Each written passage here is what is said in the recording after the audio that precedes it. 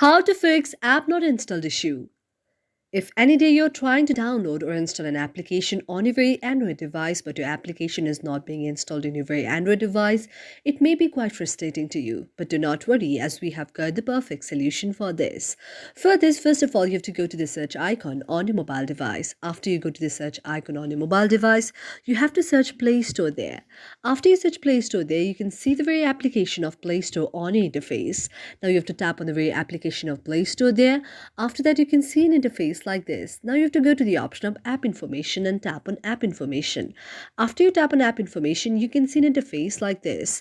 Now you have to go to the option of notifications and tap on notification.